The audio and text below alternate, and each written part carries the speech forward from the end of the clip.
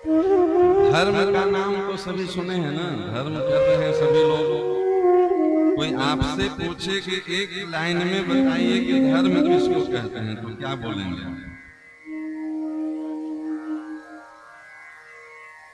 अपने मन में विचार करके जवाब देते जाइए। धर्म को एक लाइन में बताना हो कि धर्म किसे कहते हैं, तो क्या कहेंगे? चलिए दूसरा सवाल और करते हैं। एक बार मेरे साथ बोलिए, गौ माता की जय। गाय को सभी लोग माता मानते हैं कि नहीं? हाँ या ना बोलिए। मानते हैं ना? पक्का कि झूठ उठे?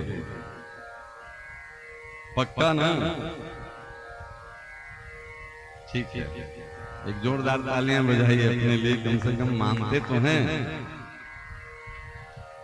विचार करके देखिए कि जिसको हम माँ मानते हैं, मानते नहीं हम है, इसकी हम कितनी कथा सुना चुके हैं। गावः विश्वस्य मातरम। और हमारी माँ को कोई काट करके उसका मांस बेच रहा है, निर्यात कर रहा है, और हमको कोई पीड़ा नहीं होती है। विचार करके देखिए कि हमारे माँ के साथ आज क्या व्यवहार किया जा रहा है। माँ के साथ वही व्यवहार होना चाहिए जैसा हो रहा है, और नहीं होना चाहिए तो फिर वो व्यवहार बंद क्यों नहीं हो रहा है? इसका उत्तर जानने के लिए एक तीसरा सवाल और है, वो उसकी जवाब ढूंढिए। इसका जवाब मिल जाएगा अपने आप। अच्छा, विचार करके देखिए कि गाय की रक्षा होनी चाहिए कि नहीं होनी चाहिए? होनी चाहिए।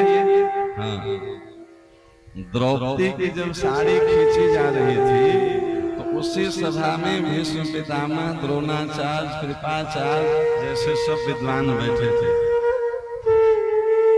तो हमारे जैसे प्रेस रिपोर्टर जाकर सबसे कान में पूछा पहले भीष्म पितामह से कि पितामह ये बताइए कि कुल वधू की साड़ी खींची जा रही है, इसकी रक्षा होनी चाहिए कि नहीं होनी चाहिए? तो पितामह बोले हाँ, रक्षा होनी चाहिए। फिर जाके पूछे कृपाचार्य, कुल गुरु हैं, कि आपके कुल के वधू की साड़ी खींची जा रही है, इसकी रक्षा होनी चाहिए कि नहीं होनी चाहिए? कुल कृपाचार्य बोले कि हाँ होनी चाहिए। फिर राजगुरु द्रोणाचार्य से पूछा गया कि आप बताइए द्रोणाचार्य, आप गुरु हैं, इस कुलवधू की राज बचनी चाहिए कि नहीं बचना चाहिए? बोले हाँ बचनी चाहिए, रक्षा होनी चाहिए। सबने विचार किया कि हाँ रक्षा होनी चाहिए। अब विचार करिए, रक्षा वो कर क्यों नहीं पा रहे थे? इसका सवाल का जवाब मिल जाएगा, तो इसका भी जवाब मिल जाएगा कि हम लोग सब चाहते हैं कि गौ रक्षा हो, फिर हम लोग कर क्यों नहीं पा रहे हैं? नहीं, जैसे हम लोग चाहते हैं और नहीं कर रहे हैं, वैसे ही वो लोग भी चाहते थे और नहीं कर रहे थे। भीतर से वो व्यक्ति गलत नहीं थे।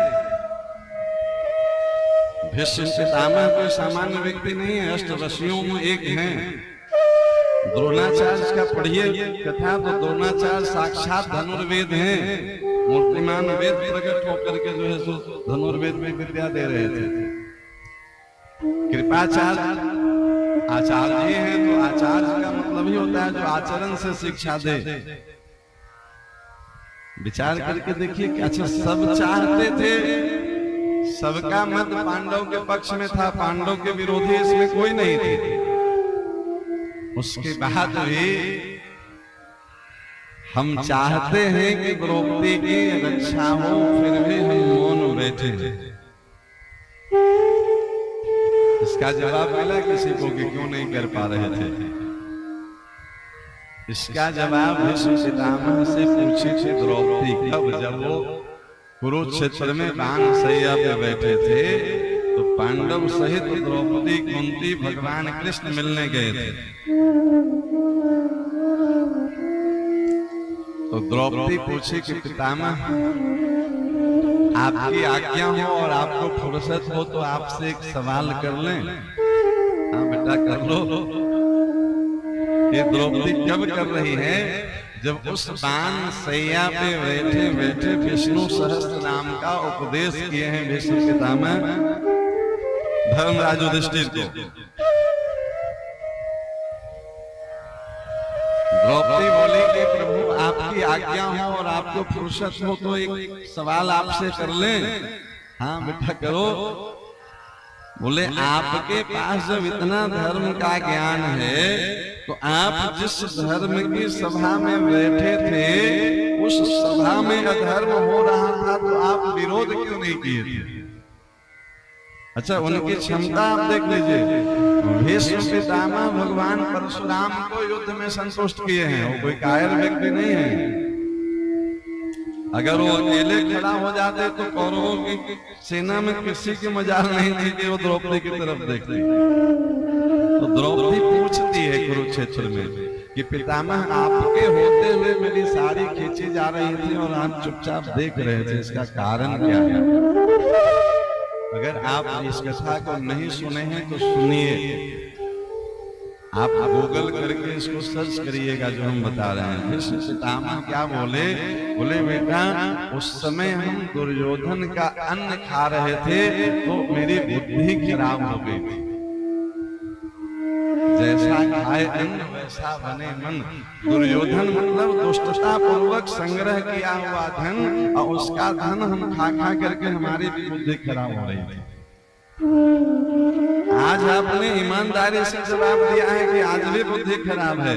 पितामह बोले कि अब मेरी बुद्धि ठीक हो गई है। कैसे? तो 6 महीने से हम बांध के सैया पे पड़े हैं और जितना दुर्योधन का अन्न का खून था वो सब बह गया है। 6 महीना से हम सिर्फ गंगा जल पी रहे हो और अर्जुन बाण के द्वारा जल की व्यवस्था किया था। बस उस पे है। कथा समझ में आई? नहीं आई अभी? हम सब चाहते हैं, हम सब जानते हैं कि अच्छा हो, फिर भी नहीं कर पा रहे हैं। इसका सबसे पहला कारण है दूषित खान पान। आज समाज में जो मांस मदिरा का इतना ज्यादा प्रचलन, नशा का इतना ज्यादा प्रचलन हो गया है, आप गलत आहार करके धर्म के प्रति आप जागरूक तो रहेंगे पर धर्म जीवन में अपनाने की शक्ति नहीं रह जाएगी। सब धार्मिक लोग बैठे थे वहां। अब देखिए, अभी हम आपसे पूछे कि धर्म किसको कहते हैं। एक शब्द में अगर कोई कहे कि धर्म किसको कहते हैं, ये प्रश्न रामचरितमानस में रावण के जो सैनिक लोग थे ये पूछा था रावण से। रामचरितमानस खोलिएगा, बालकांड में आएगी आपके सामने। रावण कहता है, बहुत ध्यान से समझिएगा, जो हम चर्चा करना चाह रहे हैं बहुत इमरजेंसी चर्चा है आज के समय में। कथाओं की कोई कमी नहीं, धर्म की बाढ़ आ रही है। रावण कहता है, जेहि विधि होई धर्म निर्मोला, जेहि विधि होई धर्म निर्मोला, सो सब करहि वेद प्रतिपोला, सो सब करहि वेद प्रतिपोला। रावण क्या बोला अपने सैनिकों से कि जेहि विधि हो ये धर्म निर्मूला, जैसे धर्म का नाश हो वो सब करो। तो सैनिकों ने पूछा कि महाराज ये तो बता दो कि धर्म कहते किसको हैं, हम किसका नाश करें। तो रावण ने कहा कि पहले तुम बताओ कि तुम्हारे अनुसार धर्म क्या है। तो रावण के सैनिक कहता है कि कोई मंदिर जा रहा हो उसको मंदिर जाने से रोक दें, कोई मंदिर बनाया हो उसके मंदिर को खंडित कर दें, कोई मंदिर में ध्वजा का चिन्ह लगाया हो उसको खंडित कर दें, ये सब धर्म है। कोई भंडारा लगाया हो उसको बंद करवा दें, कोई तीर्थ में जा रहा हो उसको बंद, यही सब तो धर्म है ना। हम आपसे भी पूछे कोई, तो सबकी धर्म की अलग अलग व्याख्या है, हजारों तरह की व्याख्या लेके लोग बैठे हैं। कोई कहेगा कि सावन में जो है सो जल चढ़ा लेना बिलपत्र चढ़ा लेना धर्म है, कोई कहेगा कि नहीं होली पे वृंदावन जाके बिहारी जी का फूल बंगला का दर्शन कर लेना धर्म है, कोई कहेगा 4 धाम की यात्रा कर लेना धर्म है, कोई अलग अलग व्याख्या है सबकी। लेकिन रावण पंडित है, वो देखिए क्या बता रहा है धर्म किसको कहते हैं। क्या बोला है, इसके आगे की पंक्ति है कि नहीं को पता। जेहि जेहि देश धेनु द्विज पावहि, नगर गाँव पुर आग लगावा। बात समझ में आया। जेहि जेहि देश धेनु द्विज पावहि, धेनु मतलब हाँ, धर्म का पहला स्वरूप रावण का बताया, समझ में आ रहा है। रावण बताया कि जहां जहां गाय दिखे और जहां जहां ब्राह्मण दिखे, बस ये 2 को समाप्त कर दो, धर्म नष्ट हो जाएगा। जही विधि हो धर्म निर्मूला, नहीं, धर्म को निर्मूल करने का 2 ही उपाय है। जहां जहां गाय दिखे उसको नष्ट कर दो, और जहां जहां ब्राह्मण दिखे उसको नष्ट कर दो। और क्या करो, तो सो सब करें वेद प्रतिकूला, वेद के विपरीत आचरण होना चाहिए। गाय और ब्राह्मण नहीं रहेंगे तो सब वेद के विपरीत ही आचरण करेंगे। विचार करके देखिए, रावण जो बोला था वही काम आज हो रहा है कि नहीं हो रहा है। रावण यही तो आदेश दिया था ना जी कि जेहि जेहि देश धेनु द्विज पावहि, गाय और ब्राह्मण, द्विज मतलब ब्राह्मण, जहां मिले उसको समाप्त करो। उसके बाद समाज में वेद के विपरीत आचरण होना शुरू हो जाएगा। परिणाम क्या होगा, समाज धर्म विहीन हो जाएगा। विचार करके देखिए आज की परिस्थितियां क्या है। किसको रावण कहें, किसको रावण के सैनिक कहें, किसको रावण के सैनिक। अब विचार करके देखिए कि हम सब लोग चाहते हैं कि गाय की रक्षा हो, अब फिर भी हम लोग नहीं कर पा रहे हैं। क्यों नहीं कर पा रहे हैं, कहां दिक्कत रह जा रही है। रावण सिर्फ बोला नहीं, इसको किया है। आगे की चौपाई सुन लीजिए, छंद है। जप जोग विरागा तप मख भागा, श्रवण सुनई रस सीसा, आत्म मुख भावै न पावै, हरि सब गालै कीसा, अस भ्रष्ट अचारा संसारा, धर्म सुनिए नहीं जाना, ते योग विदास देश निकास, योग वेद पुराण। क्या हुआ, असभ्रष्ट अचारा भा संसारा, धर्म सुनिए नहीं खाना। रावण ऐसा किया। आप कथा सुने होंगे, जब राम जी वनवास में गए तो एक हड्डियों का पहाड़ दिखा था उनको, जिसको देख करके भगवान राम संकल्प किए थे, निश्चरहीन करो मही भुज उठाए पंचहीन।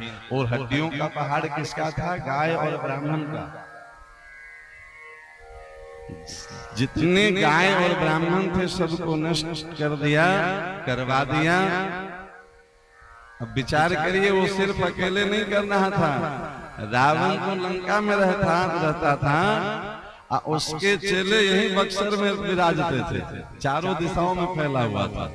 नहीं जी, ताड़का सुबाहु का वध आपके बगल में हुआ है। इसका मतलब वो जगह जगह पे अपना पैर फैला रखा था। खरदूषण त्रिशला वाली की आप देख लीजिए तो वो नासिक के आसपास में है, चारों तरफ वो पैर जमा चुका था। आज भी रावण मरा नहीं है, रूप बदल के किसी न किसी रूप में। हमको करना क्या होगा, तो इसमें देखिए एक पंक्ति आई, जेहि विधि होय धर्म निर्मूला, सो सब करहि वेद प्रतिकूला। जब तक गाय की रक्षा नहीं होगी, धर्म की रक्षा नहीं होगी। आप मंदिर बना लीजिए, तो मंदिर का इतिहास पढ़ लीजिए आप। सोमनाथ मंदिर का इतिहास पढ़ लीजिए कि कितना सोना था, कितना बार लूटा गया। काशी विश्वनाथ का इतिहास पढ़ लीजिए, राम मंदिर का इतिहास पढ़ लीजिए, कृष्ण मंदिर मथुरा का इतिहास पढ़ लीजिए। जहां जहां मंदिर में आप सोना जड़वाए थे, नहीं, मंदिर में आप धन लगा दीजिए। ये मंदिर धर्म का प्रतीक है, एकमात्र कारण नहीं है धर्म का। अब देखिए मंदिर प्रतीक कैसे है, मंदिर से हम धर्म को कैसे जगा सकते हैं। सामने हमारी दुर्गा माता की मंदिर है, थोड़ा दुर्गा माता का परिचय देखिए। दुर्गा सप्तशती का पाठ करते होंगे आप लोग, करते नहीं होंगे तो करवाते होंगे। नवरात्रा में तो पाठ होता होगा। एक पर्वत की बेटी पार्वती, हम चर्चा किए थे कि ये कल ही चर्चा किए थे कि दुर्गा जी का 8 हाथ क्या है, शक्ति का प्रतीक है, संजय शक्ति। 4 वर्ण में चारों के 2-2 हाथ इकट्ठा हो जाए तो धर्म की रक्षा के लिए, राक्षस के नाश के लिए। इन्हीं दुर्गा जी का कथा आता है, दुर्गा सप्तशती में पढ़िएगा, हम मंत्र बता दे रहे हैं। जब महिषासुर किसी देवता से नहीं जीता जा रहा था तो सभी देवताओं ने अपनी अपनी शक्ति इकट्ठा करके भगवती देवी दुर्गा को प्रकट किया। दुर्गा जी एक पहाड़ पे बैठ करके और इनकी सहेलियां जो है सो इनका श्रृंगार कर रही थी।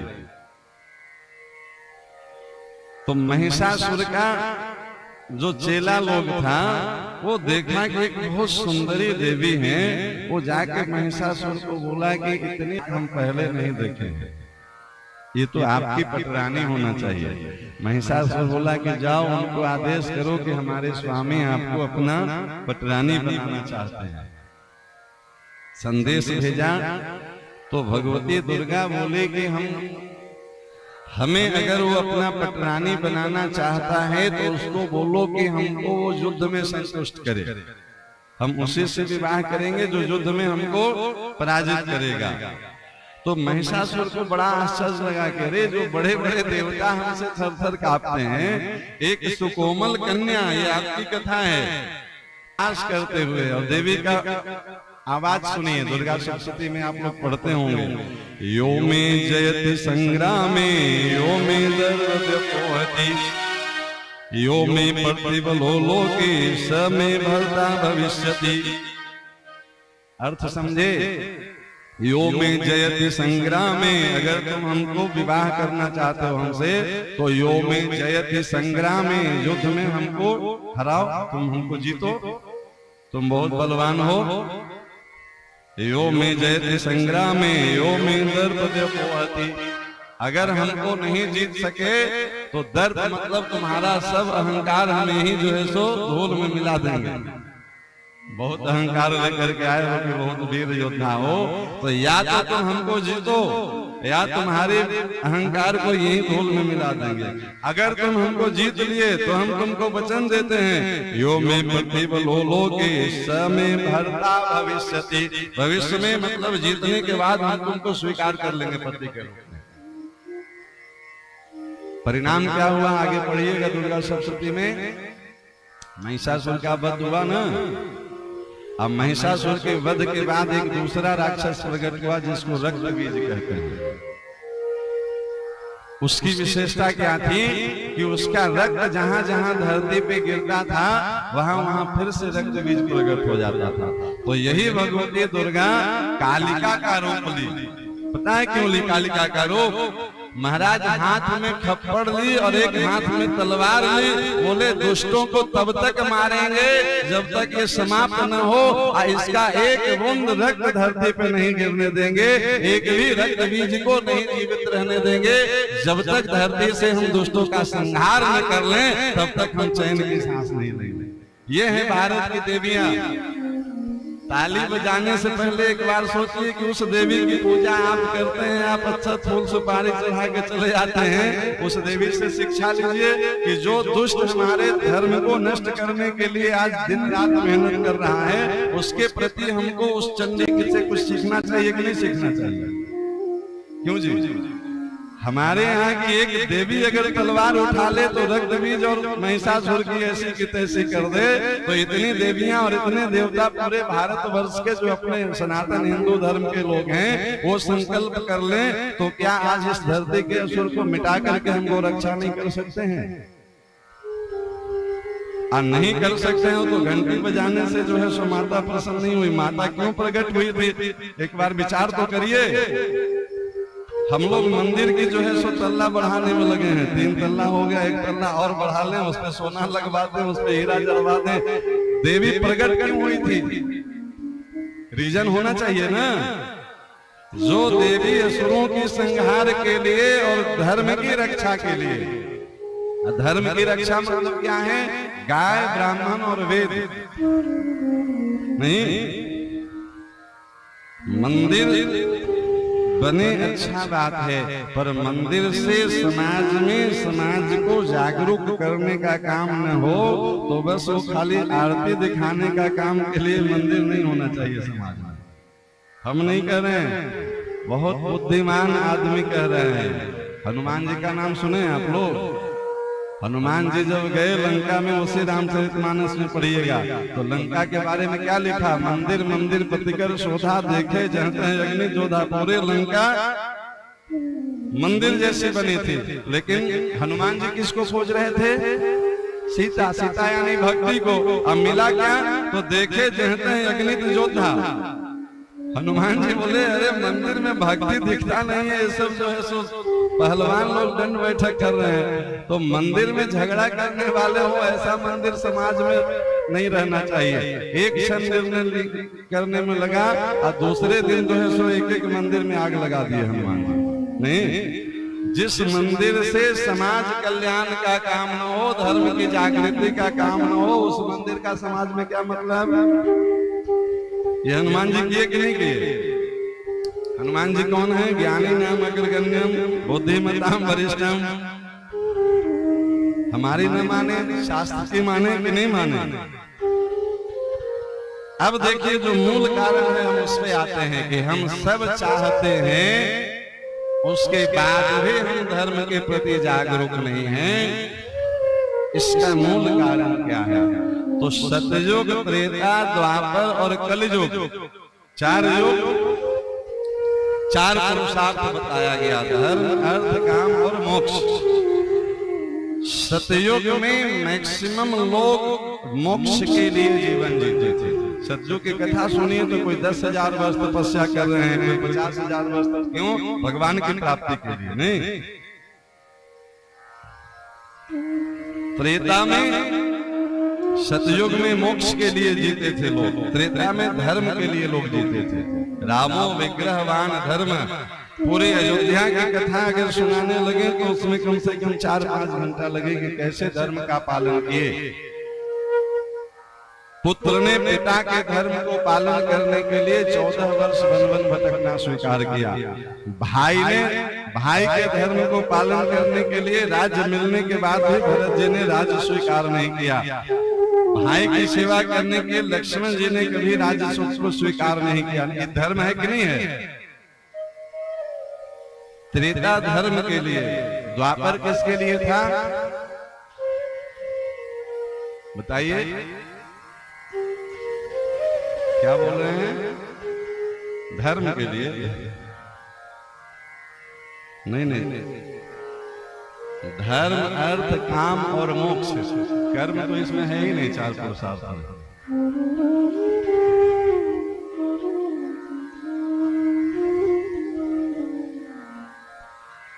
भाई भाई में युद्ध पांडव कौरव में किसके लिए हुआ? अर्थ के लिए। अर्थ मतलब धन। महाभारत किसके लिए हुआ बताइए? नहीं जी। शकुनी छल से पासा किसके लिए फेंकता था कि ये राज्य मेरा हो जाए? नहीं।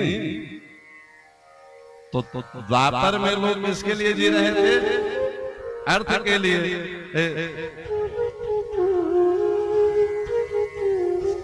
सतयुग में मोक्ष के लिए, त्रेता में धर्म के लिए। धर्म, अर्थ, काम।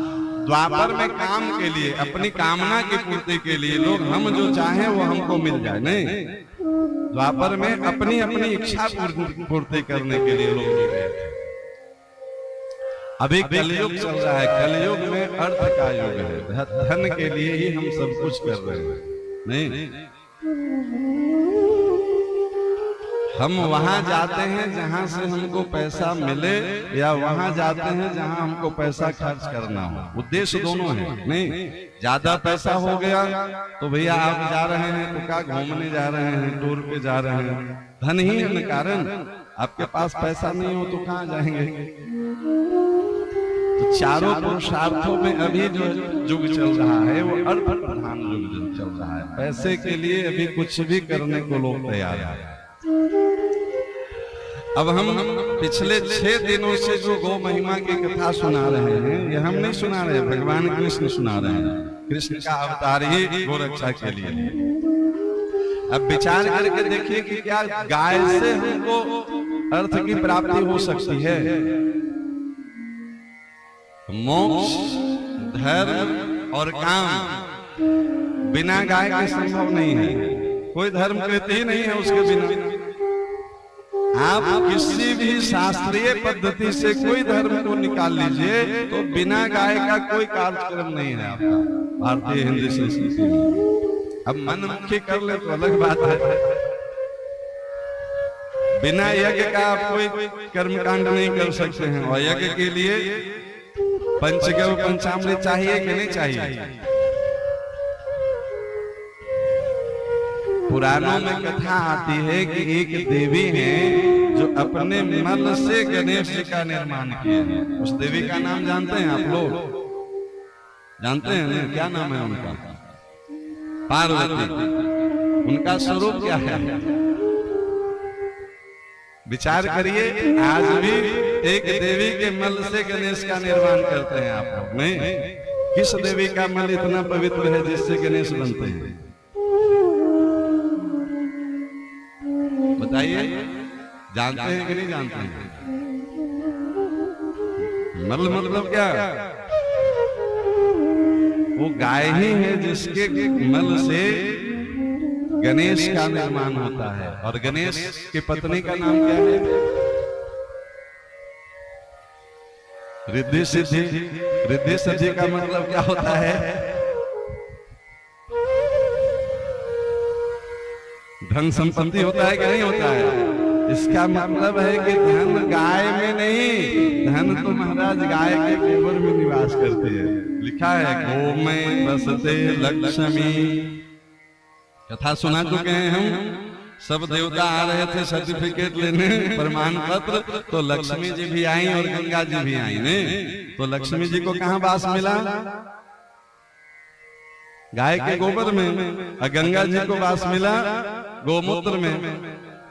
विचार करके देखिए, आज भी गंगा जहां से निकलती है, गंगोत्री से जिस स्थान से निकलती है, उस स्थान का नाम क्या है? गोमुख कहते हैं। नहीं, विचार करिए, गंगा ने हमको गाय नहीं दी है, गाय ने हमको गंगा प्रदान की है प्यारे ने। इसका मतलब क्या है? जिस गंगा की इतनी महिमा है उससे भी अनंत गुनी महिमा गाय की है।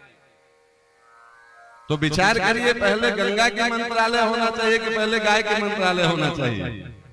होना चाहिए कि नहीं होना चाहिए? उस गंगा की जननी गोमुख से निकल रही है ना जी। गाय के मुख से गंगा की उत्पत्ति आज भी है। दर्शन कर लीजिए जाके। अभी हम रिद्धि सिद्धि की बात कर रहे थे। गणेश को प्रकट करने की क्षमता जिस गाय में है, और गणेश आ गए तो रिद्धि सिद्धि कैसे आएगी? अब देखिए, गाय को रखने से हम गाय से अर्थ की सिद्धि कैसे कर सकते हैं? विचार करके देखिए, गाय का दूध बेच करके पैसा उतना नहीं होता है महाराज जितना मेंटेनेंस है। गाय की दूध नहीं है। हम नहीं कह रहे हैं। विवेकानंद जब विदेश में अपना प्रवचन कर रहे थे तो उनसे पूछा गया था कि आप ये बताइए कि सबसे बढ़िया दूध किस पशु का है? तो विवेकानंद क्या बताए थे? विवेकानंद बोले कि सबसे बढ़िया दूध भैंस का होता है। तो लोग पूछा कि अरे महाराज, आप भारत से आए हैं और भारत में गाय की महत्ता है, आप भैंस की महिमा बता रहे हैं? बोले आपने हमसे दूध पूछा तो दूध सर्वश्रेष्ठ भैंस की होती है, रह गई गाय की बात तो गाय की दूध नहीं होती है, गाय की दूध तो अमृत होती है प्यारे। अमृत को बेचा नहीं जाता है, बांटा जाता है, इसलिए पंचामृत क्या करते हैं? अमृत की कीमत नहीं है प्यारे, पंचामृत बनती है तो उसको बांटा जाता है। अमृत बांटिए समाज में, समझे कि नहीं? दूध बेचना हमारा व्यापार नहीं है और दूध से पैसा कमाना हमारा लक्ष्य नहीं होना चाहिए। अब रह गई गोमूत्र की बात। गोमूत्र क्या है? उससे धन कमा सकते हैं? नहीं, गोमूत्र औषधि है, गंगा है ना, तो गंगा भीतर जाएंगी तो भीतर के सारे विकार को पवित्र करते हैं, निकालते हैं। गोमूत्र औषधि है। धन हम कहां से कमा सकते हैं? तो गोमय बसते लक्ष्मी। अभी आपसे पूछे रिद्धि सिद्धि तो नहीं समझ में आया, अंग्रेजी में हम आपसे पूछते हैं हेल्थ इज वेल्थ का मतलब क्या होता है? मानेंगे कि नहीं मानेंगे? अब विचार करके देखिए, सब प्रबुद्ध लोग बैठे हैं। गाय की गोबर गोमूत्र से जो अन्न उत्पन्न हो वो हेल्थ के लिए ज्यादा फायदा है कि रासायनिक खाद वाला अन्न ज्यादा फायदेमंद है? हेल्थ इज वेल्थ दोनों में किस पे घटित होगा ना? तो फिर जो सरकार विदेशों से यूरिया मंगवा करके हमारे जमीन को खराब कर रही है, वो सरकार किसानों से गोबर लेकर के और उससे जो है सो रासायनिक खाद बना करके और खेती करे, तो हम पूरे अपने समाज को हेल्थ रूपी धन दे सकते हैं कि नहीं दे सकते हैं? आप विचार करिए, क्या गोबर की खाद सर्वोत्कृष्ट नहीं है? और जिस दिन सरकार घोषणा कर दे कि गोबर की खाद, गोबर हम किसान से 10 रुपए किलो खरीदेंगे और खाद बना करके हम देंगे किसान को, तो एक भी गाय रोड पे दिखेगी? पता चल जाए कि दिन भर में महाराज 20 किलो भी गोबर हो गया तो 200 रुपया हो गया। तो जो गाय आज कचरा ढूंढती फिर रही है, वो गाय का संवर्धन हो जाएगा कि नहीं हो जाएगा? हमारे देश का पैसा विदेश की यूरिया मंगाने में खर्च होता है कि नहीं होता है? उससे हमारा धरती खराब हो रहा है कि नहीं हो रहा है? उससे उत्पन्न हुए अन्न के द्वारा जो है सो तरह तरह की बीमारियां फैल रही कि नहीं फैल रही है? एक बीमारी का आप दवा ढूंढते हैं, दूसरा सर पे रहता है। क्यों? कारण रहेगा तो कार्य तो होते रहेगा ना। अगर हम गो आधारित खेती करने लगे, गोदुग्ध का पान करने लगे, तो सबसे बड़ा जो धन होता है वो स्वास्थ्य होता है। हेल्थ इज वेल्थ कहने वाला मनोहर मिश्रा नहीं है, पढ़े लिखे अंग्रेजी बोलने वाले कह रहे हैं कि नहीं कह रहे हैं? हम उस हेल्थ को ताक पर रख दिए हैं और महाराज जो मिले जैसा मिले खा लो, बस रुपया कमाने में लगे हैं। तो विचार करके देखिए कि आज कैंसर हॉस्पिटलों में एक एक व्यक्ति को अगर कैंसर हो जाए तो महाराज बड़े बड़े रुपया वालों की थाह लग जा रही है। नहीं, बाहर का धन कोई काम आ रहा है और उसका जीवन और दुर्दशा युक्त हो जा रहा है। बाहर का धन थोड़ा कम भी हो और भीतर का आत्मबल आपका मजबूत हो तो ये ज्यादा बढ़िया है कि नहीं बढ़िया है? आपके बच्चों को रासायनिक चीजों की जरूरत है कि आपके बच्चों को ऑर्गेनिक चीजों की जरूरत है? गौ में बसते लक्ष्मी क्यों कहा ऋषियों ने?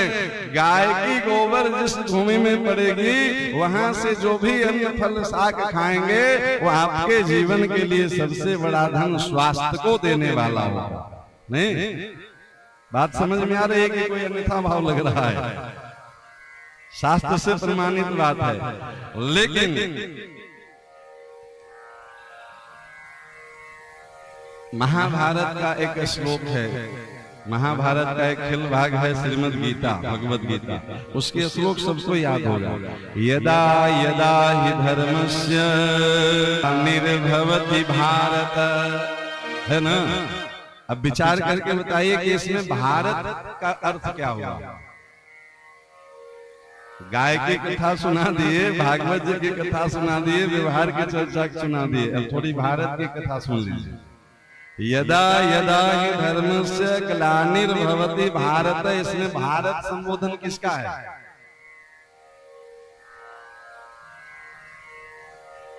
नहीं पढ़े आप लोग? नहीं पढ़े होंगे तो सीरियल में तो जरूर सुने होंगे। महाभारत सीरियल में ये रोज आता था। नहीं, कृष्ण की वाणी है ये, किसी का लिखा हुआ ग्रंथ नहीं है। कुरुक्षेत्र में अर्जुन के सामने रथ पे खड़े होके भगवान कृष्ण बोल रहे हैं, यदा यदा हि धर्मस्य ग्लानिर्भवति भारत अभ्युत्थानं धर्मस्य तदात्मानं सृजाम्यहं परित्राणाय साधूनां विनाशाय च दुष्कृतां धर्म संस्थापनार्थाय संभवामि युगे युगे। ये पूरा श्लोक है, हमको पूरा श्लोक की व्याख्या नहीं करना है, हमको बस ये देखना है कि इसमें भारत कौन है। यही भारत है जिसको हम जानते हैं कि कोई और भारत है।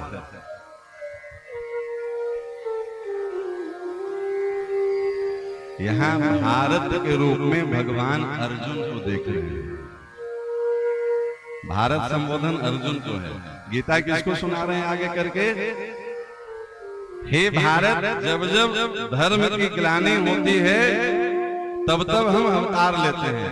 यही है ना भारत मतलब अर्जुन। अर्जुन क्या है? उपलक्षण है भक्त का। भगवान अपने सभी भक्तों को भारत संबोधन कर रहे हैं, लेकिन वहां सीधे सीधे टू द पॉइंट अर्जुन से बात कर रहे थे। अब उस अर्जुन की दशा सुनिए। 12 वर्ष का वनवास और 1 वर्ष का अज्ञातवास जब हो गया, शर्त ये थी कि अज्ञातवास में अगर उसको पहचान लिया गया तो फिर से 12 वर्ष वनवास और 1 वर्ष अज्ञातवास भोगना पड़ेगा। तो अज्ञातवास जैसे ही प्रारंभ हुई तो 5 पांडव रूप बदल करके विराट नरेश के यहाँ रह रहे थे। नहीं, भीम भैया रसोईया का काम कर रहे थे, धर्मराज युधिष्ठिर कंक के रूप में सेवक बन के सेवा कर रहे थे। अर्जुन उसमें बृहंदला नाम के गंधर्व के रूप में वो महाराज तबला सिखाने का काम कर रहे थे। घुंघरू बांध के दिगदा दिगदी थे करते थे, नाचते थे। अपनी गांडीव को वो एक वृक्ष पे टांग दिए थे। ऐसा रूप बनाए महाराज 5 पांडव। दुर्योधन खोजते खोजते थक गया, नहीं पता लगा सका। बहुत ध्यान से सुनिएगा। तब दुर्योधन जाता है भीष्म पितामह के पास कि पितामह, ये पांडव को धरती खा गई कि आसमान निकल गया, हम सारे गुप्तचर लगा दिए, सारे सीआईडी वाले फेल हो रहे हैं, कहीं पता ही नहीं लगा हमको। तो महाभारत में इसका विस्तार से वर्णन है। भीष्म पितामह एक श्लोक सुनाए, गावश्च बहुलास्तत्र न कृष्यश्च न दुर्बलः गावश्च बहुलास्तत्र। बोले दुर्योधन, जहां बहुत सी गाय होगी न वहां पता करो, वहां अर्जुन, वहां भारत मिलेगा।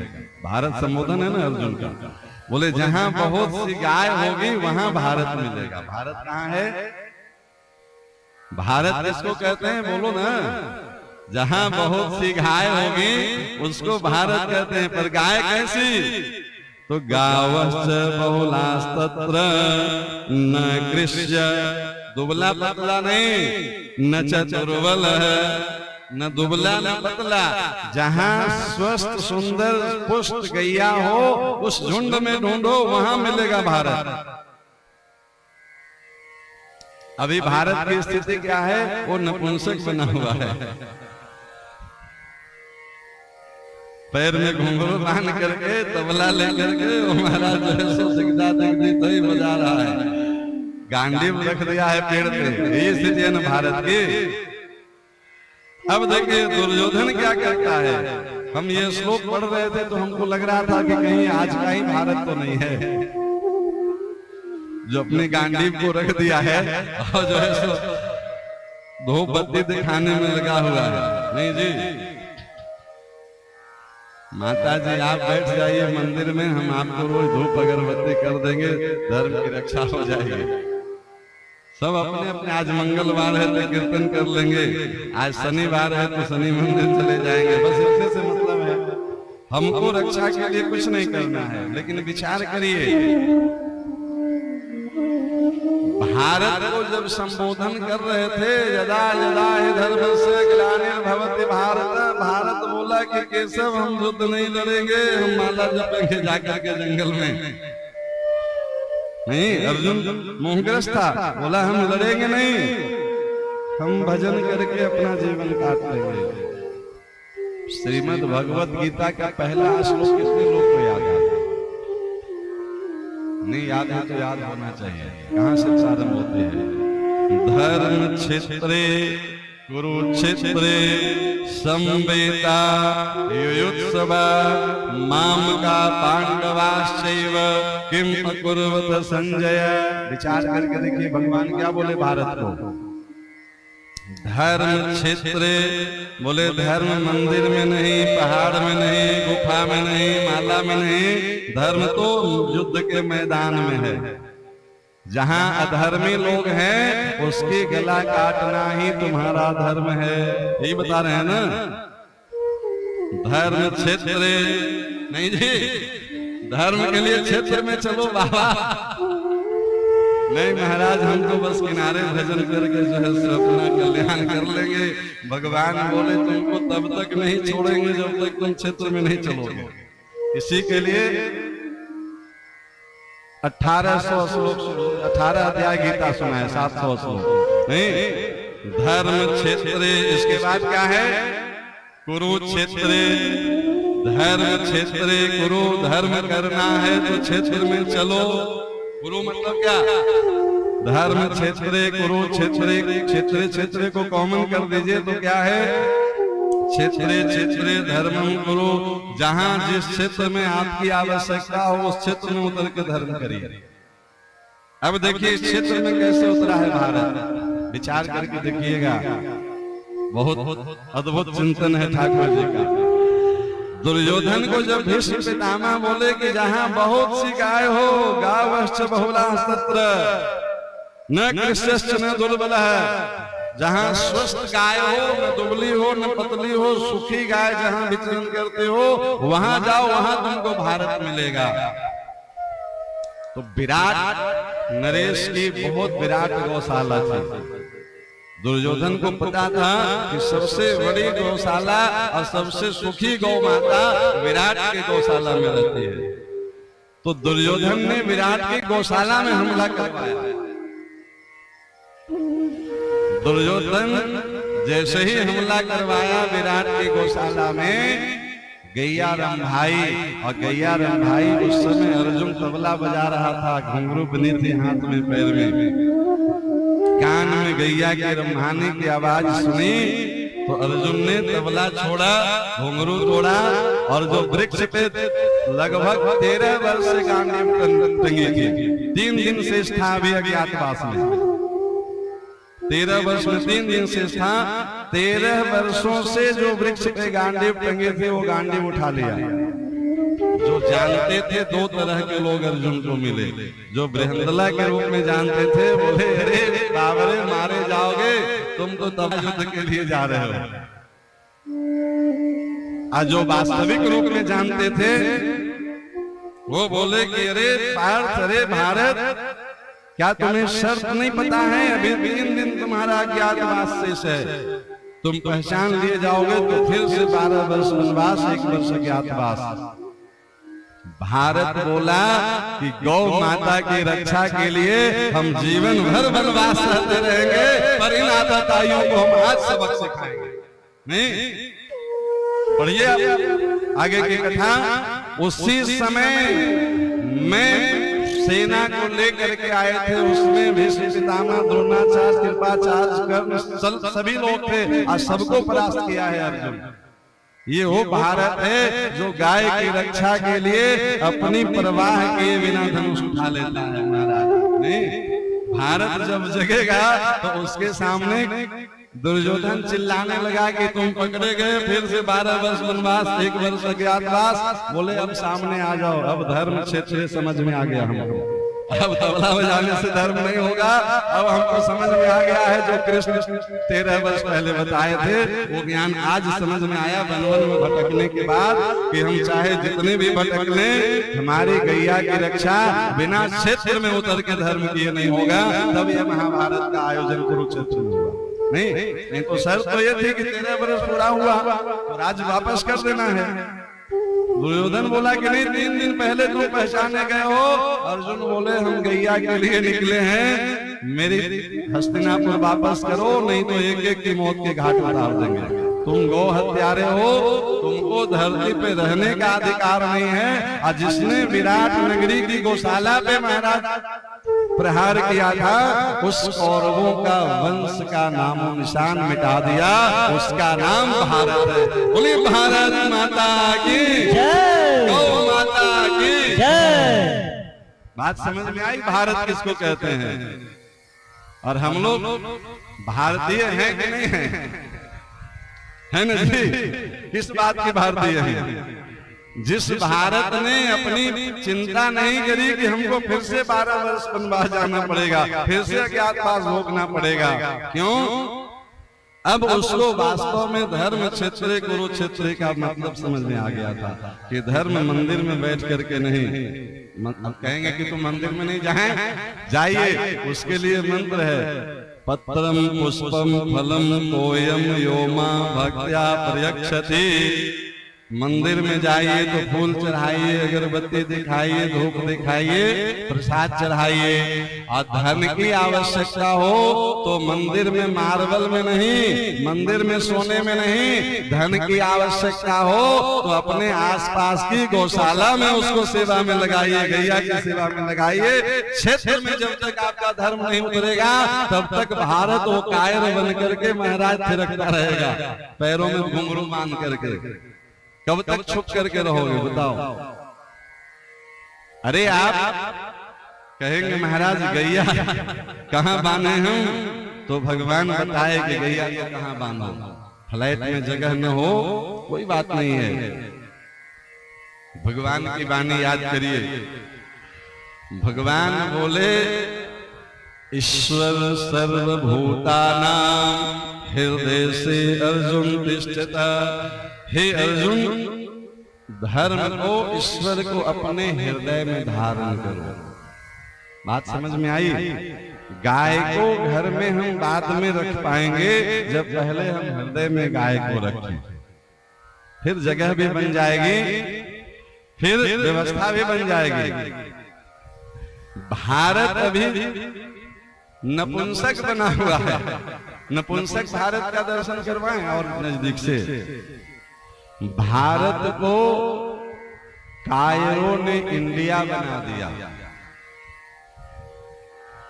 भगवान कृष्ण का पूरा जीवन जिस गाय के निमित्त लगा, विचार करके देखिए उस भगवान का सबसे सुपर डुपर हिट जो हथियार है उसका नाम क्या है? सुदर्शन। नाम सुने हैं? सुदर्शन का अर्थ क्या होता है जी? सु मतलब सुंदर दर्शन।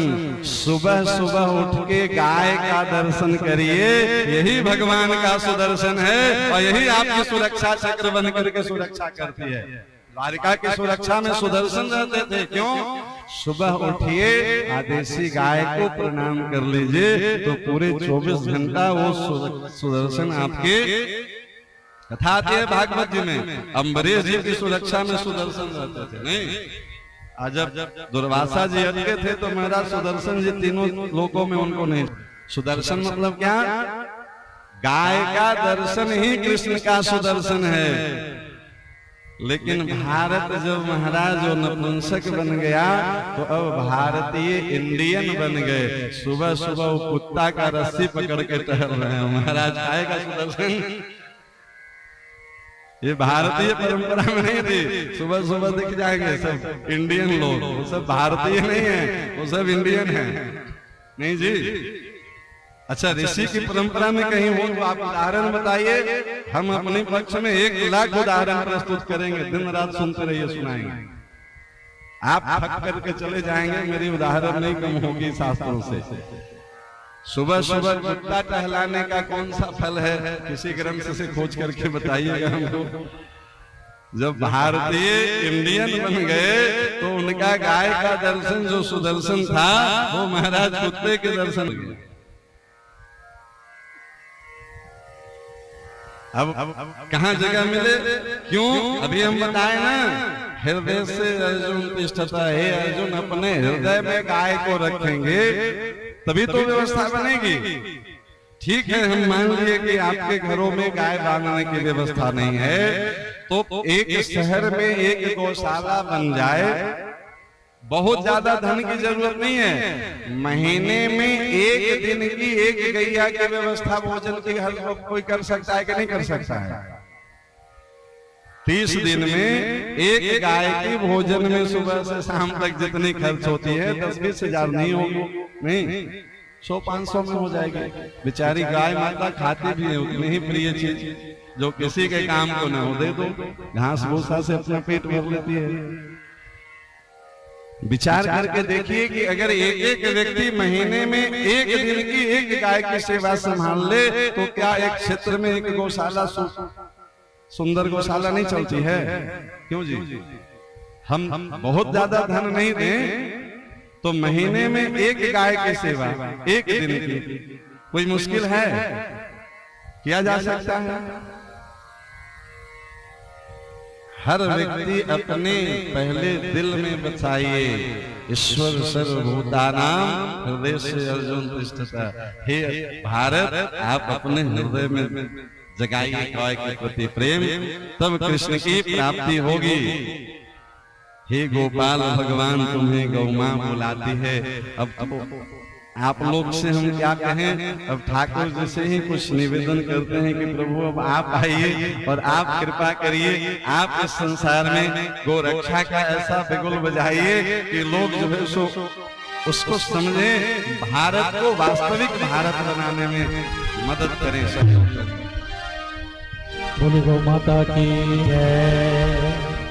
हे गोपालक भगवान तुम्हें गौ बुलाती है। हे गोपालक भगवान तुम्हें गौ बुलाती है। मेरे आकर बचा लो प्राण, मेरे आकर बचा लो प्राण, तुम्हें गौ बुलाती है। हे गोपालक भगवान तुम्हें गौ बुलाती है।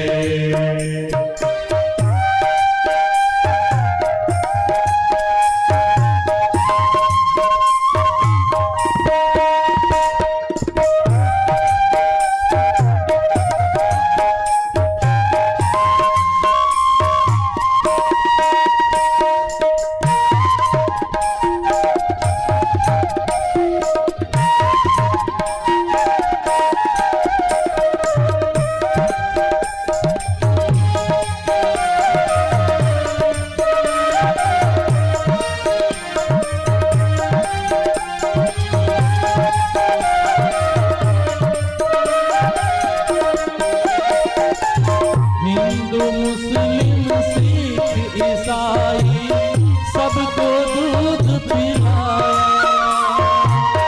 हिंदू मुस्लिम सिख ईसाई सबको दूध पिलाया। भेद किया ना कभी किसी से, फिर भी जुर्म लगाया। मेरी दर्द भरी दास्तान, मेरी दर्द भरी दास्तान तुम्हें गौ मां बुलाती है।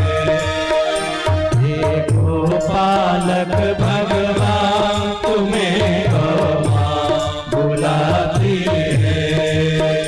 मेरे आकर बचा लो प्राण,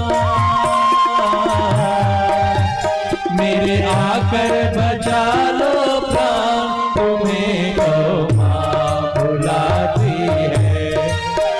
हे गोपालक भगवान तुम्हें तो माँ बुलाती है।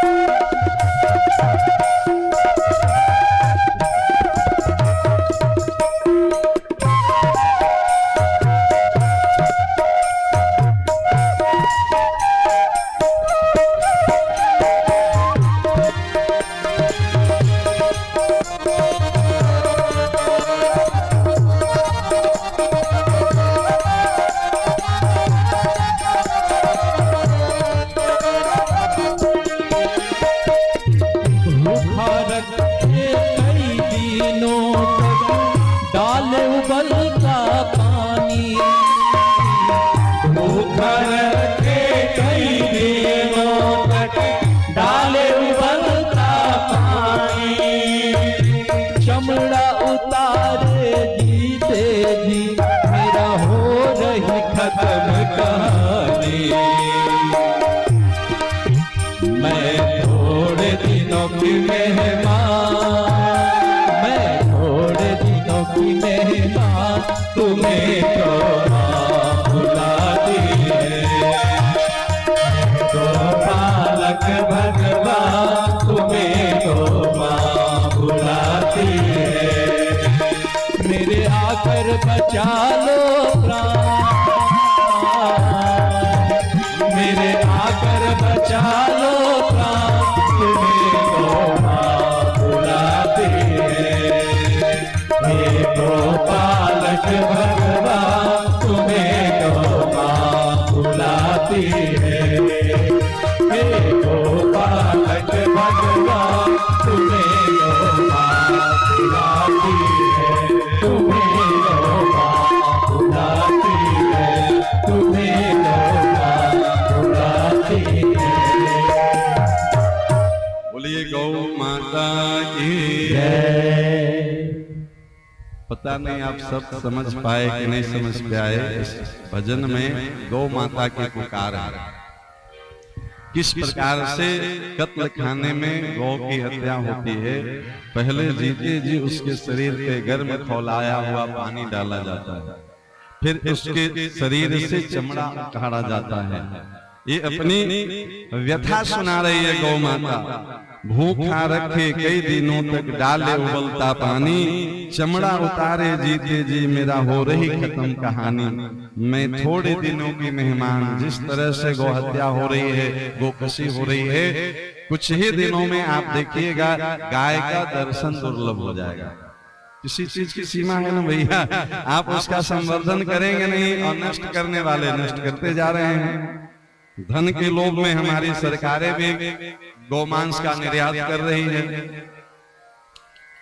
गौ माता पुकार रही है कि अब मैं थोड़े दिनों की मेहमान, आकर के अब भगवान बचाएं। अब देखिए तीसरी बात, रावण क्या बोला था कि गाय को और ब्राह्मण को नष्ट कर दो तो लोग वेद विहीन आचरण करने लगे। वेद विहीन आचरण समझते हैं? कथा में वेद के अनुसार, शास्त्र के अनुसार, ग्रंथ के अनुसार विशुद्ध चर्चा लोगों को पसंद नहीं आती है। पसंद क्या आती है? तो एक बहुत पहले एक व्यक्ति से, आयोजक से हमारी बात हो रही थी फोन पे, तो उन्होंने हालांकि अपना पीड़ा बताया। बोले महाराज जी क्या कहें, हम बुलाना तो आपको चाहते हैं, लेकिन गार्जियन लोग हैं वो कहते हैं कि नहीं, लेडीज पर वक्ता आना चाहिए, पैसा जितना कहोगे उतना देंगे।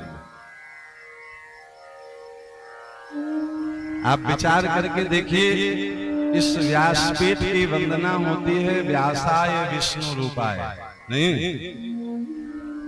अब विष्णु की हमेशा चरणों में लक्ष्मी रहती है। यहाँ नारी के प्रति कोई अन्यथा भाव नहीं है। यत्र नार्यस्तु पूज्यन्ते रमन्ते तत्र देवता।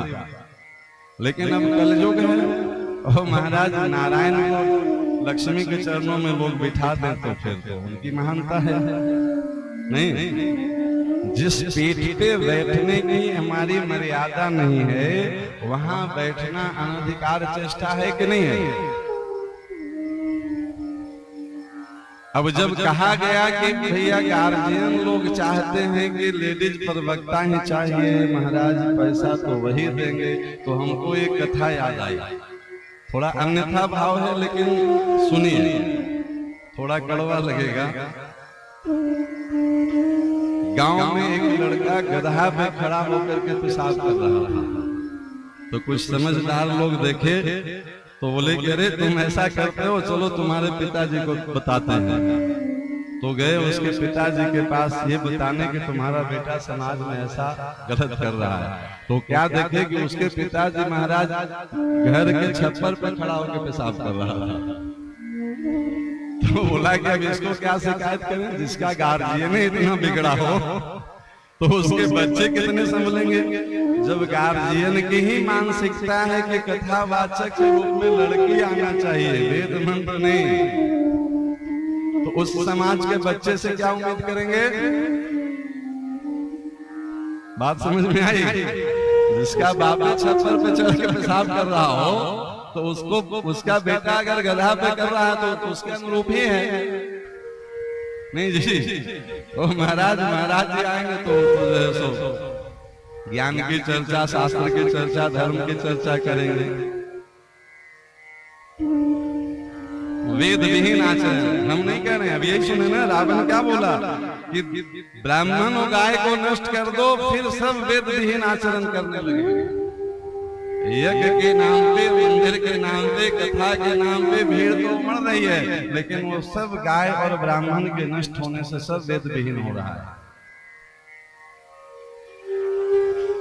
धर्म के अनुरूप न किया जाए तो कम से कम अधर्म भी न किया जाए। नहीं, न करने से अच्छा है भैया साइलेंट मोड में रहा जाए। किया जाए तो धर्म के अनुरूप किया जाए, न किया जाए तो बिल्कुल न किया जाए। कोई बाध्यता तो है नहीं। हम कहते हैं जब शास्त्र को ही नहीं मानना है तो फिर उसके नाम पे क्यों हमको कुछ करना है। भागवत जी में वक्ता का लक्षण लिखा हुआ है, श्लोक बोल देते हैं, आप मिला लीजिएगा बाद में। विरक्तो वैष्णवो विप्रो धर्म शास्त्र विशुद्धीकृत, ऐसा वक्ता होना चाहिए जो आपको हर शास्त्र से उदाहरण के अनुरूप आपको समझा दे व्यवहार की बातें, और वो जन्म से ब्राह्मण होना चाहिए। विरक्तो वैष्णवो विप्रो। अब कहेंगे कि ब्राह्मण ही क्यों होना चाहिए, आपसे ज्यादा पढ़े लिखे हम हैं, कर सकते हैं। हो सकता है भारत में कोई राष्ट्रपति से ज्यादा समझदार व्यक्ति हो, ज्यादा पढ़ा लिखा हो, ज्यादा सुंदर हो, तो क्या अपने आप को राष्ट्रपति घोषित कर देगा। अधिकार है। ब्राह्मणों मुख मासीत, ब्राह्मण भगवान के मुख हैं। गाय ब्राह्मण और अग्नि तीनों का गोत्र एक है, ये भगवान के मुख से प्रकट हुए हैं। वेद भगवान की वाणी है, तो वाणी जब भी निकलेगी तो मुख से निकलेगी कि शरीर के किसी भी अंग से निकलेगी। मर्यादा समझिएगा। अरे जिस ग्रंथ में लिखा है जब उसी की मर्यादा नहीं समझना है तो फिर उसके नाम पे कुछ करना ही क्यों है। उससे अच्छा है आप अर्जुन की तरह जो है सो नपुंसक बन करके जो है सो घुंघरू बांध लीजिए। किसी की कथा न सुने। जिस दिन भारत को ये समझ में आ जाएगा कि अब घुंघरू बांधने से गो रक्षा नहीं होगी, उसी दिन अर्जुन रूपी भारत गांडी उठा लेगा और महाराज कौरवों का नेस्तनाबूद वंश नाश कर देगा। बस भारत अभी नपुंसक बना हुआ है। यहाँ भारत संबोधन अर्जुन। अर्जुन लक्षण है भक्त का। जिस दिन भक्ति करने वाले भक्त जाग जाएंगे उस दिन धर्म की रक्षा एक दिन में होगा। विचार करिए, अर्जुन जिस दिन गांडीव उठा लिया तो कौरव की पूरी सेना मिलकर के क्या बिगाड़ लिया उसका। गौ रक्षा के निमित्त उठाया ना जी, क्या बिगड़ा उसका। पांडव 5 थे साहब, 4.25 नहीं हुए, किसी की उंगली भी नहीं कटी, और कौरव 100 थे, एक नहीं बचे। अब एक देखिए भागवत जी की अद्भुत कथा सुनाते हैं, माखन चोरी लीला की कथा सभी लोग सुने। एक प्रश्न आपसे, आप में से कौन कौन चाहते हैं कि भगवान कृष्ण इसी जन्म में उनको मिल जाए? हाथ उठा के बताइए। तो कोई नहीं चाहता है कि भगवान मिले, चाहते हैं ना? तो जोरदार ताली बजाइए। अब भगवान कैसे मिलते हैं उसकी एक कथा सुनाते हैं आपको। वास्तव में सब शौकीन मोड में बैठे हैं, क्या बोल रहे हैं महाराज समझ में नहीं आ रहा है कि महाराज कथा सुनाने के लिए बुलाते हैं कि पढ़ाने के लिए बुलाते हैं। इसीलिए तो लोग आपको ज्यादा बुलाते नहीं है। लेकिन क्या करें, हमको जो ड्यूटी भगवान दिए हैं वो पूरा करें कि नहीं करें? हम जजमान की खुशामद करें कि भगवान की खुशामद करें? दोनों में ज्यादा श्रेष्ठ क्या है?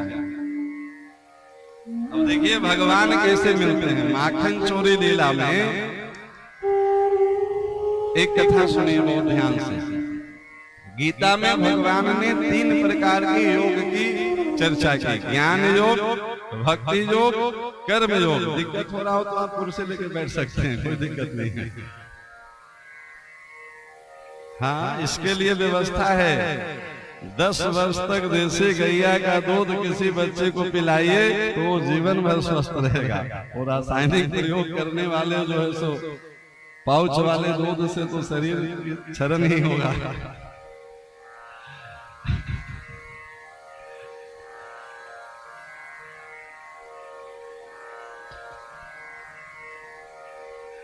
चलिए, हम जो चर्चा कर रहे थे उसमें आइए, बहुत आनंद आएगा। आज की कथा बहुत दिव्य है। अगर आप हृदय से समझ जाएं तो मेरा मेहनत सफल हो जाए, मेरा जीवन सफल हो जाए।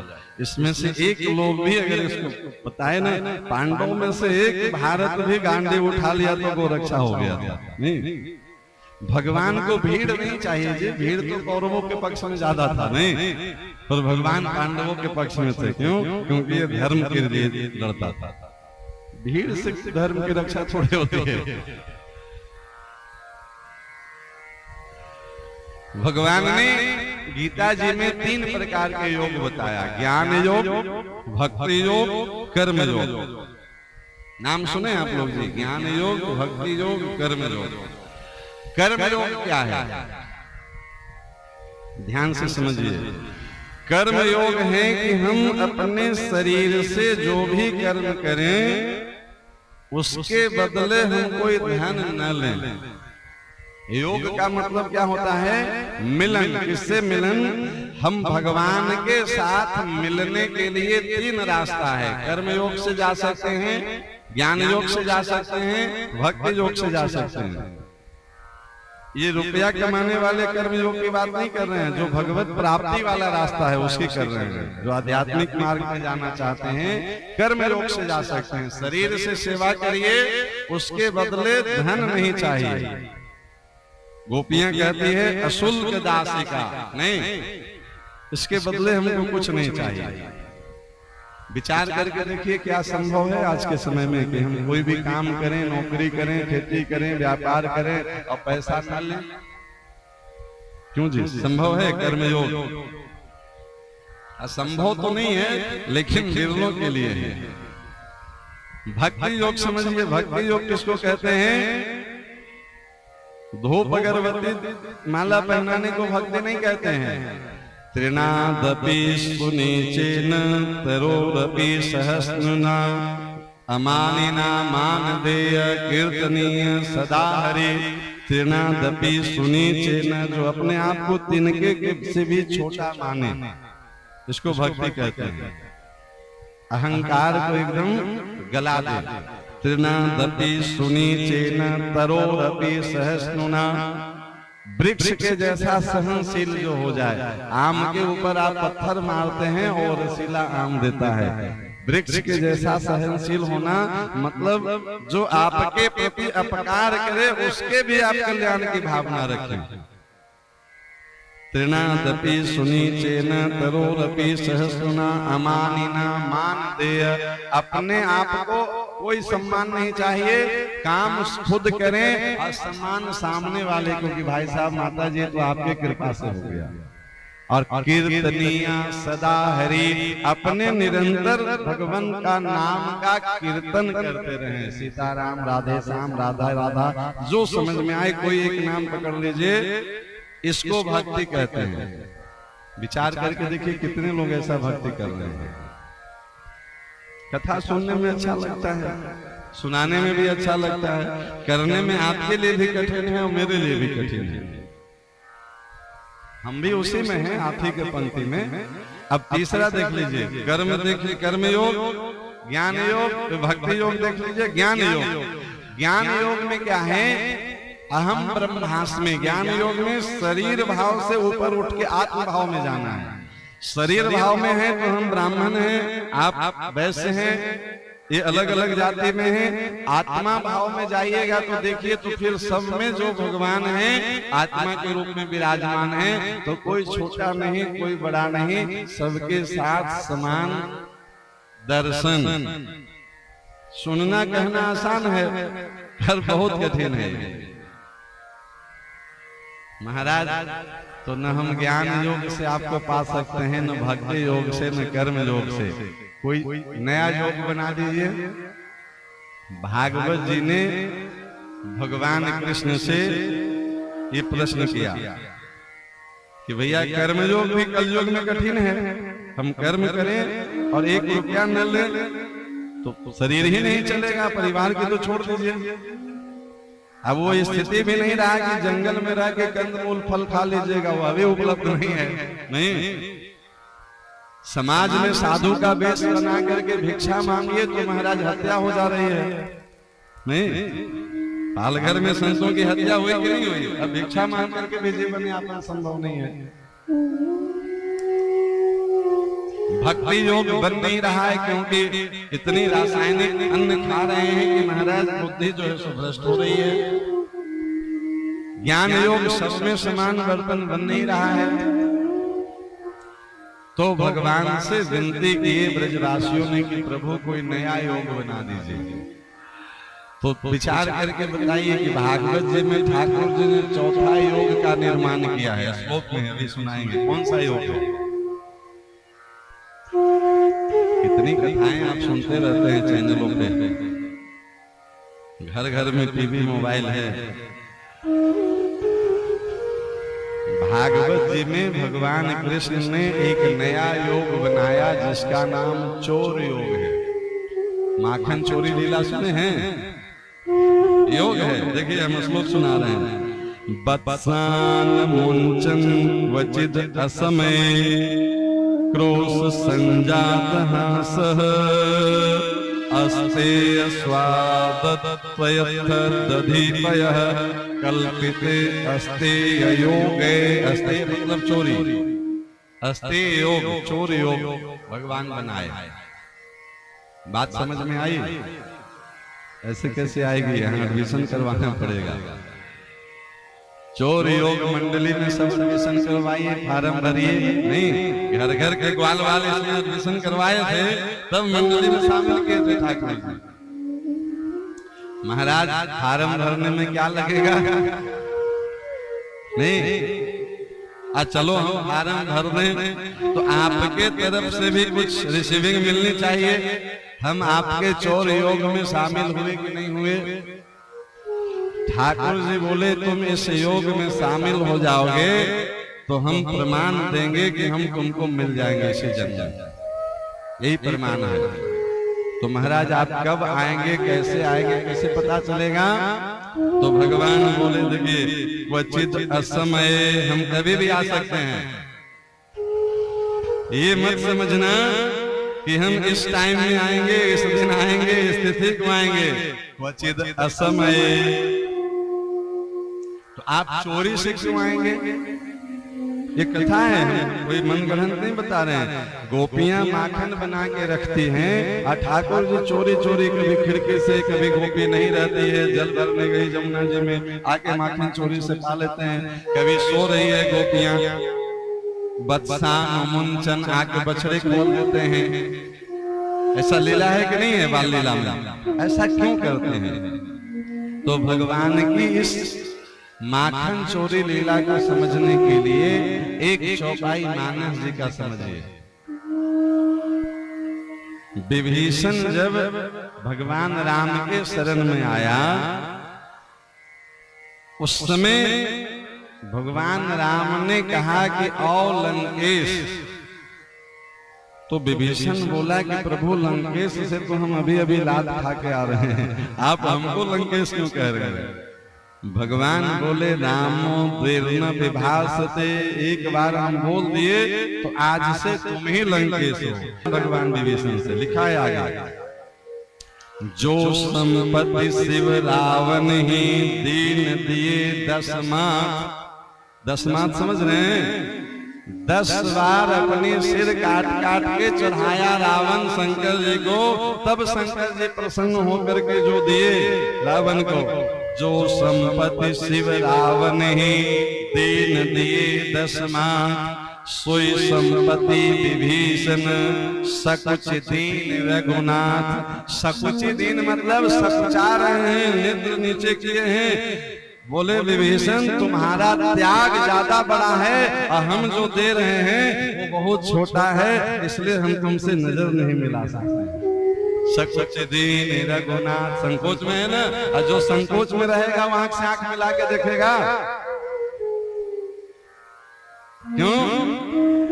विकारों को त्याग करके भगवान के पास आना ये बहुत बड़ा त्याग है भगवान की नजरों में। बोले तुम्हारे त्याग के सामने ये लंका कुछ नहीं है। तुम जो त्याग करके आए हो उसके सामने हम जो गिफ्ट दे रहे हैं वो टॉफी जैसा है, इसलिए हमको बहुत संकोच लग रहा है। जो संपत्ति शिव रावण दीन दिए दसमात, असोई संपत्ति विभीषण सकुच दीन रघुनाथ। अब इसको ले चलिए फिर ब्रज में। ठाकुर जी बोले कि देखो हमारे चौर मंडली में शामिल होने का एक शर्त है कि चाहे पुरुष हो या स्त्री हो वो गाय वाला होना चाहिए, उसके घर में गाय होना चाहिए। बात समझ में आया? रजिस्ट्रेशन कंफर्म फॉर्म भरा गया तो महाराज हम गाय रख लें, आप मिलेंगे इसकी रिसीविंग। बोले हम किसी भी समय आ सकते हैं, क्वचित असमय, कोई डेट तिथि नहीं है। आएंगे तो हमको पता कैसे चलेगा? तो बत्सान मुंचन, बछड़े खोल देंगे, तुम सोते रहोगे, हम आएंगे तुम्हारी परिक्रमा लगाएंगे, बछड़े खोल देंगे। बछड़े जब दुग्ध पान करेंगे गैया के थन से तो हम वहां नाच नाच के तुमको आशीर्वाद देंगे कि तुम्हारा कल्याण हो, तुम्हारे पितरों का कल्याण हो और तुम्हारे बच्चों का उज्जवल भविष्य हो। हम नाच नाच के आशीर्वाद देंगे, लेकिन हम तुम्हारे यहाँ चोरी से नहीं चुपके से आएंगे। क्यों? तुम्हारी जो गौ की सेवा होगी ना उसके सामने हम नजरें मिलाने के लायक नहीं हैं। गौ की सेवा संसार में सर्वोपरि सेवा है प्यारे, इसलिए हम कभी भी चुपके से आ जाएंगे तुम्हारे जीवन में। तुम्हारे सामने हम नजरें नहीं मिला सकेंगे। गोपी ग्वाल तुम गैया की सेवा करते रहो, हम वचन देते हैं कि किसी दिन चुपके से हम तुम्हारे घर में आ जाएंगे। विचार करके देखो, कृष्ण को पाना चाहते हैं तो हमको क्या करना पड़ेगा? बाल लीला कोई सामान्य लीला नहीं है भगवान की कि इनकी भूख लगी थी, घर में भोजन नहीं थे तो माखन चुराते चलते थे।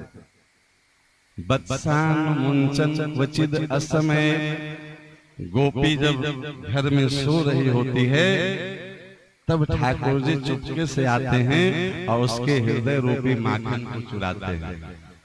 भगवान अनुदान वरदान सब देते हैं, लेकिन गोपियों से ग्वाल वालों से नजरें नहीं मिलाते हैं, चुपके से आते हैं। क्यों? सकुच दीन रघुनाथ नहीं, तुम हमारे इष्ट गैया की सेवा में लगे हो, उसके बदले हम तुमको कुछ दे सकें, हमारे पास ऐसी कोई वस्तु नहीं है, इसलिए तुम्हारे सामने हम नजरें नीचे किए हुए और चुपके से किसी दिन आ जाएंगे तुम्हारे जीवन में। ये है भगवान की माखन चोरी लीला। अब महाराज इतनी गहन व्याख्या कहाँ किसी को पसंद है। यहाँ तो ये है कि खूब बढ़िया बढ़िया भजन गावे, लोग नाचे गावे तो खूब जोरदार हुआ कथा नहीं जी। ओ महाराज, उसको व्यवहार में उतारने की चर्चा न किया जाए, बस ऐसा जोरदार भजन सुनाइए कि लोग एकदम झूम जाएं, तब समझे कि हाँ खूब जोरदार कथा हुई। आइए झूमिए मेरे साथ, मुझे मेरी गैया कहाँ लेके आई। गोपियां कह रही है कि हम गौ सेवा में लगे और कन्हैया चुपके से हमारे जीवन में आ गया, ये मेरी गाय माता की कृपा है। गोपियों के साथ आइए, तालियों की सेवा करते हुए सभी लोग आइए गोपी बनकर। मुझे मेरी गैया कहाँ लेके आई, मुझे मेरी गैया कहाँ लेके आई, मुझे मेरी गैया कहाँ लेके आई, मुझे मेरी गैया कहाँ लेके आई।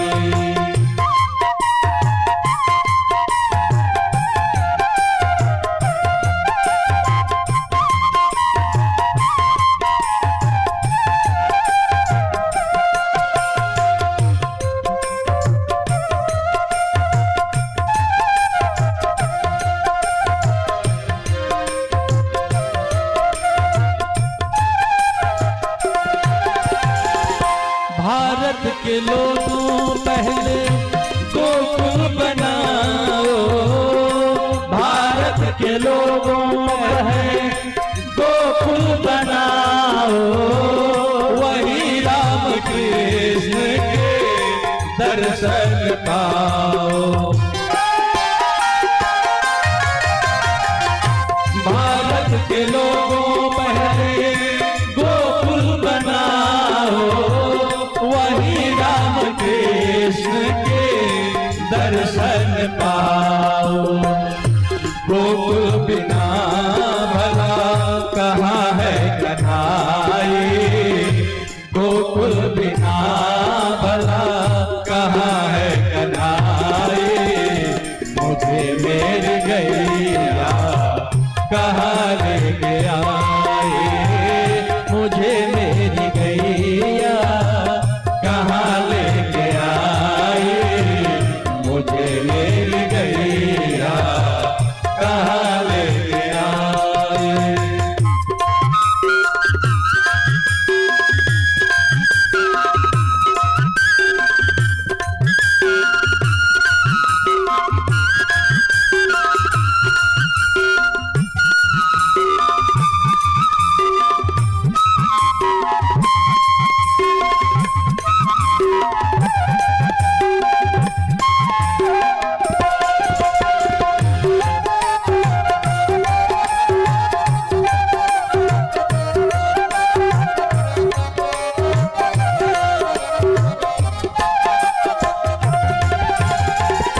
जब से सुनी है धेनु की गाथा, जब से सुनी है धेनु की गाथा, माँ के चरण में झुका है ये माथा। जब से सुनी है धेनु की गाथा, चरण में झुका है ये माता। जब से ये गोधुली शीश लगाए, जब से ये गोधुली शीश लगाए, मुझे मेरी गैया कहाँ लेके आई, मुझे मेरी गैया कहाँ लेके आई, मुझे मेरी गैया कहाँ लेके आई।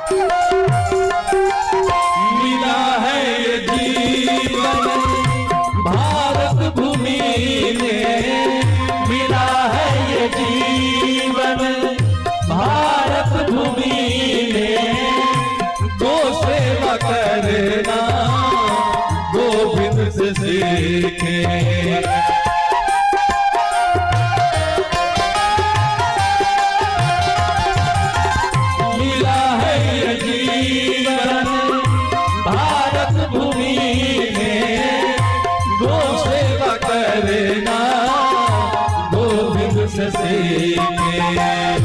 घर बैठे दर्शन देंगे कन्हाई, घर बैठे दर्शन देंगे कन्हाई।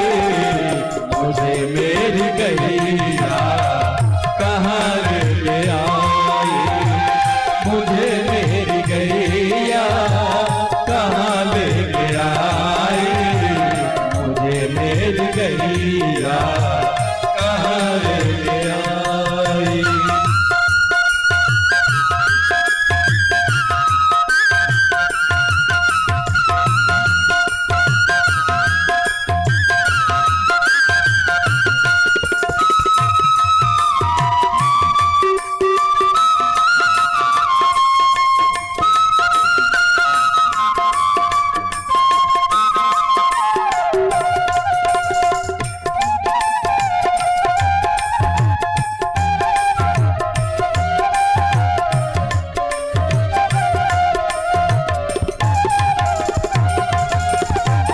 निराकार साकार भक्ति की बातें, निराकार साकार भक्ति की बातें, दिन भी बिताई मैंने, बिताई है रातें।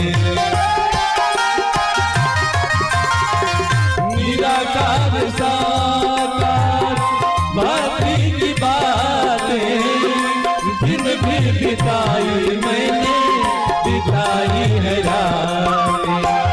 परम सुख मिला है मिले जब से गाए, परम सुख मिला है मिले जब से गाए।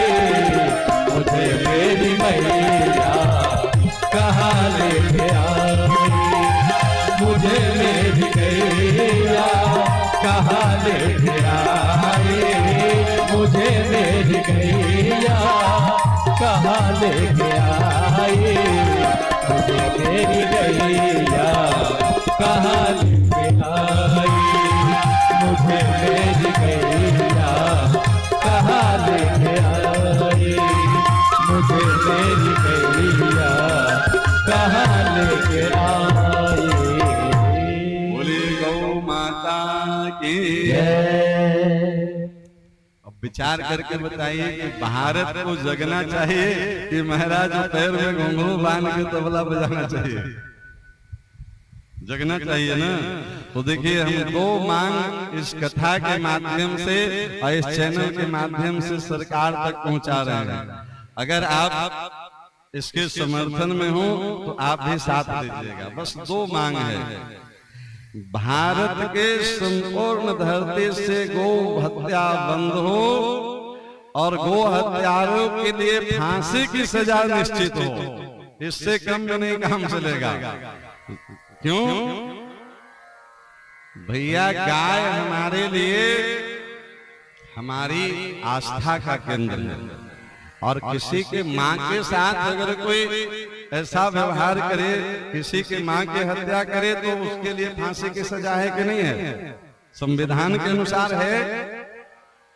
सरकार गाय को राष्ट्र माता घोषित करे, गो हत्या बंद करे और गो हत्यारों को फांसी की सजा निश्चित करे। आप लोग सहमत हैं इससे? तो सहमत हैं तो दोनों हाथ उठाइए और जो न उठाए बगल में देखिए उसको धक्का मारिए और फिर न उठाए तो उसको मुक्का मारिए। तुम भी बोलो, बोलिए गाय को राष्ट्र माता घोषित करो, गाय को राष्ट्र माता घोषित करो, गो हत्या बंद करो, गो हत्या बंद करो, गो हत्यारे को फांसी की सजा सुनिश्चित करो, गोरे को फांसी की सजा सुनिश्चित करो। बोलिए गौ माता की जय, भारत माता की जय, गोविंद गोपाल की जय।